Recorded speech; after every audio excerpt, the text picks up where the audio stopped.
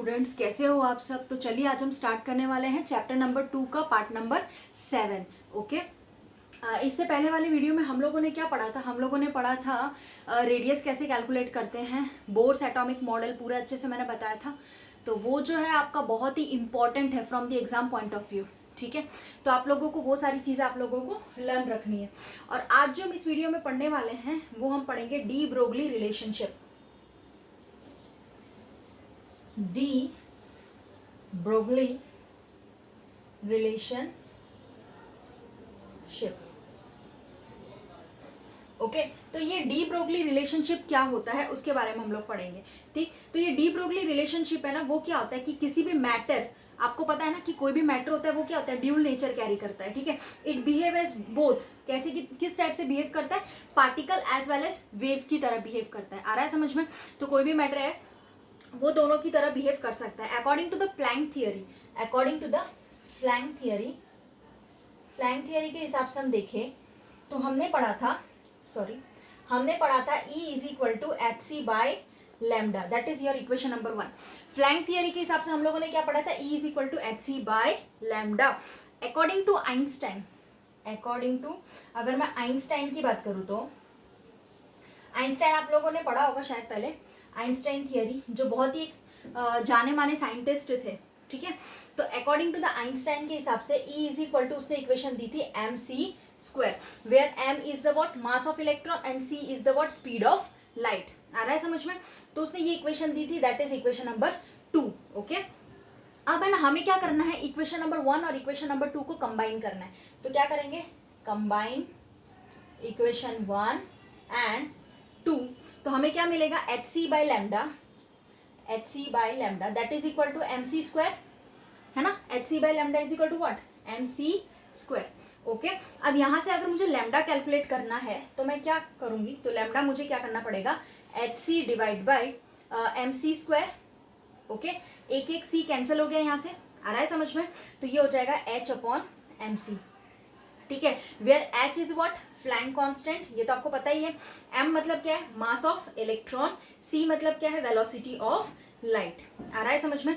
तो lambda is equal to H upon M C, जो equation था।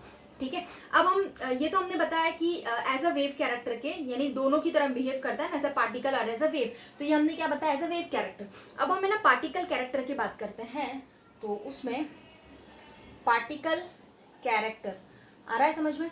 अगर मैं पार्टिकल कैरेक्टर की बात करूँ ना, तो उसमें क्या होता है, जैसे मैंने इसकी बात करी है, जैसे ये वेव है, वेव कैरेक्टर के में इतने सारे चीजें आती है। तो ये क्या है, इसमें आपको दिखेगा डिफ्रैक्शन है, इंटरफियरेंस है, ये सब एक्सप्लेन किया था डी ब्रोगली ने। ओके, तो उसके बारे में ये सब हुआ था। अब यहाँ पे पार्टिकल कैरेक्टर में क्या होता है, पार्टिकल कैरेक्टर में आपका फोटो इलेक्ट्रिक इफेक्ट आ जाएगा, ब्लैक बॉडी रेडिएशन आ जाएगा, ये सारी चीजें आपकी किस में आएगी, पार्टिकल कैरेक्टर के अंदर। आ रहा है समझ में। ठीक है, तो पार्टिकल कैरेक्टर के अंदर जो हमारी इक्वेशन होगी ना, उसमें स्लाइट चेंजेस आ जाएगा।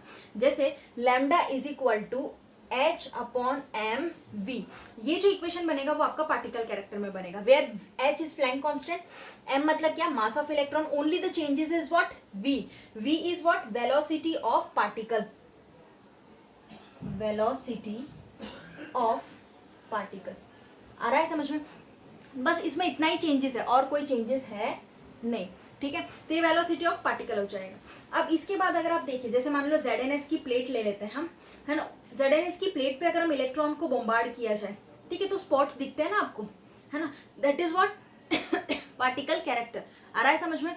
तो यहाँ पे हम कह सकते हैं कि लैम्डा जो है वो एच अपॉन एम वी बताता है। तो उसमें वी पार्टिकल कैरेक्टर होता है। कोई भी प्लेट आप ले लो, उस पे से आप इलेक्ट्रॉन को बॉम्बार्ड करो तो आपको स्पॉट दिखाई देते हैं। आ रहा है समझ में। अब इसने थोड़ा बहुत क्या दिया था, सिग्निफिकेंस दिए थे, सिग्निफिकेंस।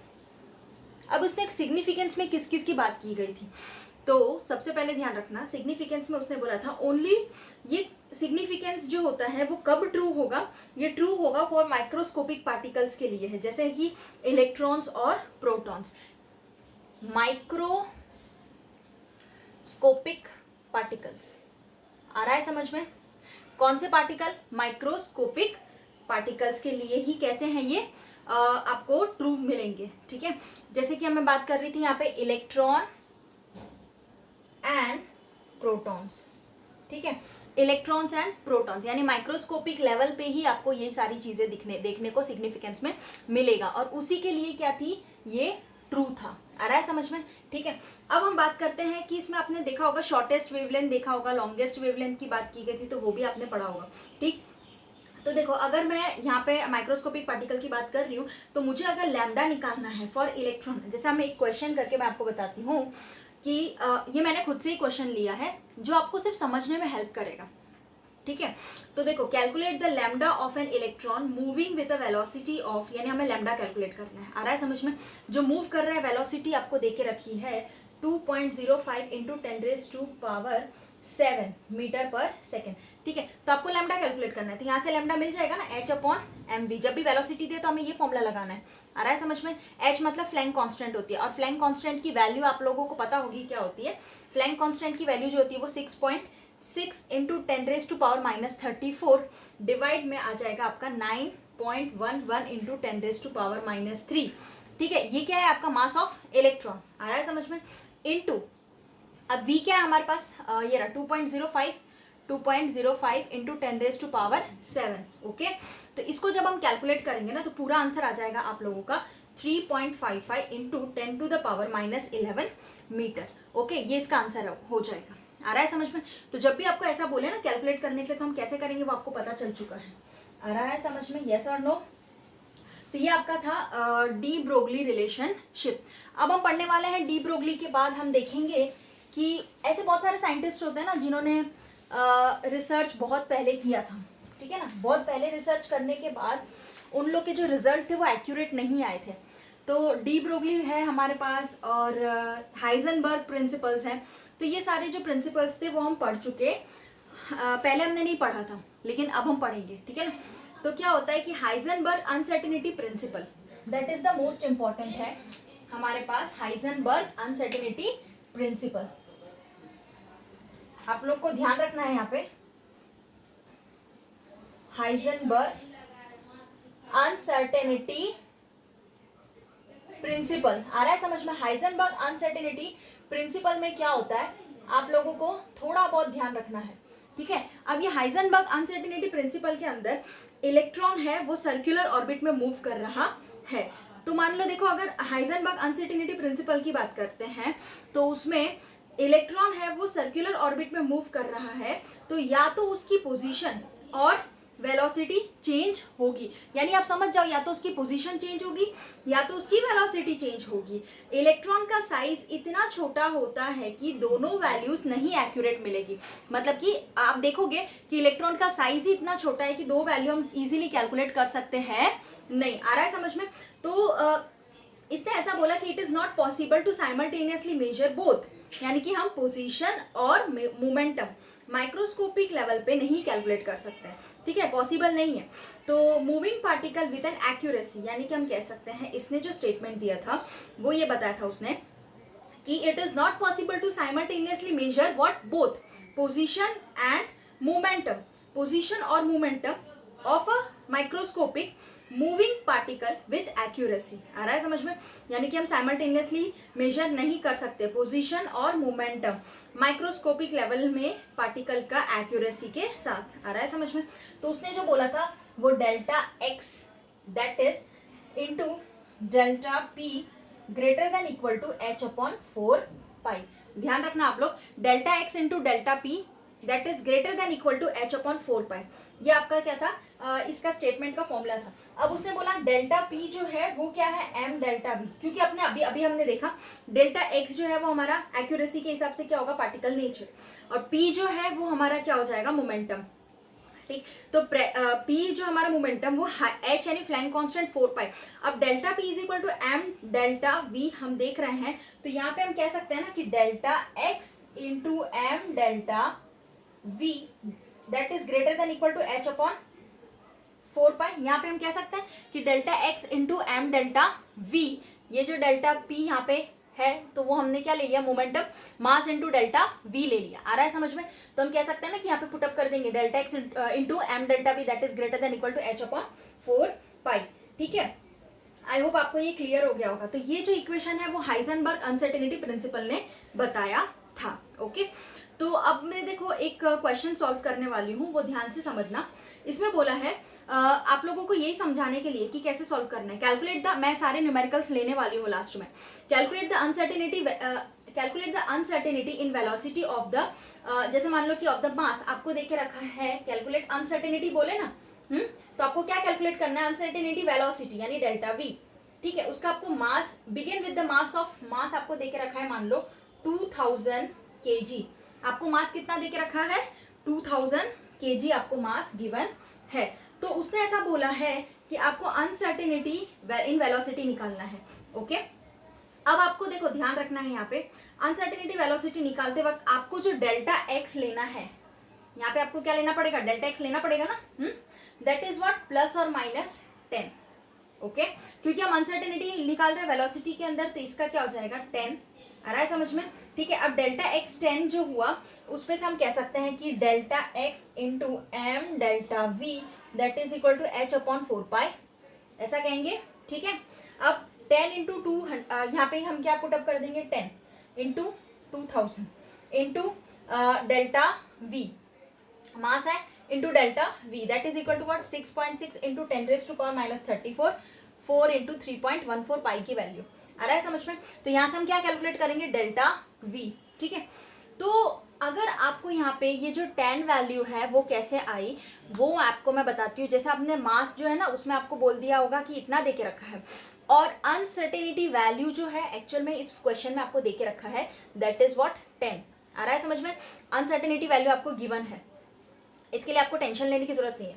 तो डेल्टा वी यहाँ पे हो जाएगा आपके पास, ये देखो 6.6 इंटू 10⁻⁻, सॉरी, माइनस 34, आ रहा है समझ में, डिवाइड में 10 इंटू 2000, ठीक है, इंटू 2000 इंटू 4 इंटू 3.14, सब कुछ कैलकुलेट करोगे तो आंसर आएगा 2.6 इंटू 10⁻⁻39 मीटर पर सेकेंड, ठीक है। तो ये आंसर आ जाएगा, आपको ये ध्यान रखना है, ओके। अब जो हम नेक्स्ट टॉपिक करने वाले हैं, आप आई होप आपको ये क्लियर हो गया होगा, ठीक है ना। अब जो हम नेक्स्ट टॉपिक करने वाले हैं वो है आपका quantum mechanics, quantum mechanical model of an atom and the concept of atomic model, okay. अब ये कंसेप्ट ऑफ एटॉमिक मॉडल जो है वो बेसिकली थोड़ा बहुत आपको ध्यान रखना है, जो मोस्ट इंपॉर्टेंट है एग्जाम पॉइंट ऑफ व्यू से, जो दिया था श्रोडिंजर, हम कहते हैं ना श्रोडिंजर वेव इक्वेशन, ठीक है। तो उसी की बात यहाँ पे हो रही है, आ रहा है समझ में, ठीक है। तो चलिए हम स्टार्ट करते हैं, quantum mechanical model, quantum mechanical model, और हम इसको क्या कह सकते हैं बेटा, क्वांटम मैकेनिकल मॉडल और कंसेप्ट ऑफ एटॉमिक मॉडल, ठीक है, कंसेप्ट ऑफ एटॉमिक मॉडल, ठीक। तो हम ये दो चीज हम यहाँ पे इसको कह सकते हैं, ओके। अब है ना, आपको श्रोडिंजर, आपको पता है श्रोडिंजर, ये इक्वेशन है, ये वेव फंक्शन है, ठीक। मैं भी बताऊंगी आपको श्रोडिंजर जो है साई फंक्शन जिसको हम बोलते हैं, that is denoted by Sai, ऐसे डिनोट किया जाता है, आ रहा है समझ में। अब ये जो साई जो है इसको हम बोलते हैं वेव फंक्शन, क्या बोलते हैं इसको, वेव फंक्शन, ठीक है, ऑफ एन इलेक्ट्रॉन, ठीक, ऑफ एन इलेक्ट्रॉन। अब श्रोडिंजर वेव इक्वेशन आपको ध्यान रखना है, जो हर बार आपके एग्जाम में आता है, मोस्ट इंपॉर्टेंट है श्रोडिंजर वेव इक्वेशन, ठीक है। अब ये श्रोडिंजर वेव इक्वेशन जो है ना, वो मैं आपको यहाँ पे लिख के बता रही हूँ, बट आपको ध्यान रखना है, हमेशा पूछते हैं d² phi upon d² Sai भी बोलते हैं, फाई भी, तो d² psi upon dx², actual में कोऑर्डिनेट में होता है, x y z कोऑर्डिनेट, ठीक। तो यहाँ पे हम लिखेंगे d² psi upon dy² plus d² psi upon dz² plus 8π² m upon h² e minus v psi, ठीक है, that is equal to what, 0, ये इक्वेशन आता है। d² psi upon dx² d² psi upon dy² d² psi upon dz² plus 8π² m upon h² e minus v into psi is equal to 0, आ रहा है समझ में, that is the Schrodinger equation, ठीक है। अब यहाँ पे जो हम साई बोल रहे हैं ना, क्या बोल रहे हैं हम यहाँ पे, साई। तो साई जो है ना उसको हम एम्पलीट्यूड ऑफ वेव भी बोलते हैं इन ऑल दी कोऑर्डिनेट्स। क्या बोलते हैं, एम्पलीट्यूड ऑफ वेव, हर एक कोऑर्डिनेट में हम कह सकते हैं। जैसे एम्पलीट्यूड किसे बोलते हैं, जैसे मान लो हमने ये वेव बनाया ना, छोटा सा मैं बना रही हूँ, तो ये जो पोर्शन होता है ना इसको हम क्या बोलते हैं, क्रेस्ट और ट्रफ, उसी को क्या बोलते हैं, एम्पलीट्यूड। ये उसका क्रेस्ट ट्रफ मैंने आपको बताया था। तो ये पोर्शन जो होता है ना इतना, उसको हम क्या बोलते हैं, एम्पलीट्यूड। आ रहा है समझ में, एम्पलीट्यूड ऑफ एनी वेव। ठीक, तो क्वांटम मैकेनिकल मॉडल के अंदर हमने अभी देखा श्रोडिंजर वेव इक्वेशन और एम्पलीट्यूड। ठीक, अब है ना इसी को आपने डिफरेंशियल इक्वेशन के फॉर्म में लिखना है। किसके फॉर्म में, डिफरेंशियल इक्वेशन के फॉर्म में बताना है। तो कैसे बताओगे डिफरेंशियल इक्वेशन के फॉर्म में, तो एक ध्यान रखना है, H psi is equal to E psi, where H is known as Hamiltonian operator, Hamiltonian operator. आप लोगों को ये पूरा आपको गो थ्रू करना है थ्रू एनसीईआरटी, पूरा पढ़ोगे तो अच्छे से समझ में आ जाएगा। आ रहा है समझ में, ठीक है, नहीं पढ़ोगे तो समझ में नहीं आएगा। क्लियर हो रहा है, तो पढ़ना ही है आपको। H जो है वो हैमिल्टोनियन ऑपरेटर है, जिसको मैथमेटिकल ऑपरेटर भी कहते हैं, जो सिर्फ और सिर्फ डिपेंड करता है काइनेटिक एनर्जी और पोटेंशियल एनर्जी। आ रहा है, उसी पे डिपेंड करता है। अब है ना साई जो इसने ऑपरेशन दिया, मैथमेटिकल ऑपरेटर दिया, ठीक है, तो उसकी कोई फिजिकल सिग्निफिकेंस भी है। ध्यान रखना, इसकी फिजिकल सिग्निफिकेंस ऑफ साई। अब देखो साइन है ना, मतलब हम कह सकते हैं कि फिजिकल सिग्निफिकेंस भी थे इसके साई के। तो कौन कौन से ऐसे फिजिकल सिग्निफिकेंस थे वो आपको नोट डाउन करना है। तो देखो सबसे पहले जो था कि साई ने बताया gives the amplitude of the wave. एक तो साई ने किसके बारे में बताया, एम्पलीट्यूड के बारे में ऑफ द वेव। तो एसोसिएटेड विद द इलेक्ट्रॉन, जो इलेक्ट्रॉन के साथ एसोसिएटेड होता है हमेशा इन दिस केस, है ना, तो क्या होता है, it does not have much significance on the, आप कह सकते हो कि probability of finding an electron, but यानी कि इसका इतना ज्यादा अच्छा सिग्निफिकेंस नहीं था। देखो पहला तो इसने क्या दिया, एम्पलीट्यूड। ठीक, पहला क्या था, एम्पलीट्यूड। अब उसने क्या बोला कि इस एम्पलीट्यूड ऑफ द वेव पे तो ठीक है, अब इन दिस केस उसने ऐसा बोला कि साई जो है does not have much significance of finding about the probability of an electron. ठीक है, इलेक्ट्रॉन फाइंड करने की, जैसे मान लो ये न्यूक्लियस है ना, उसके अराउंड इलेक्ट्रॉन रिवॉल्व करता है ना, तो इलेक्ट्रॉन फाइंड करने की प्रोबेबिलिटी नहीं थी, but Sai square give us the intensity of an electron at any point. लेकिन एक टर्म आया साई स्क्वायर, इसी का स्क्वायर कर दोगे, ठीक है, उसकी जो प्रोबेबिलिटी थी उसको वो जो था उसने दिया कि intensity that give us the intensity of electron at any point, यानी कि ये इंटेंसिटी बता सकता है। क्या बता सकता है, इंटेंसिटी किसकी, इलेक्ट्रॉन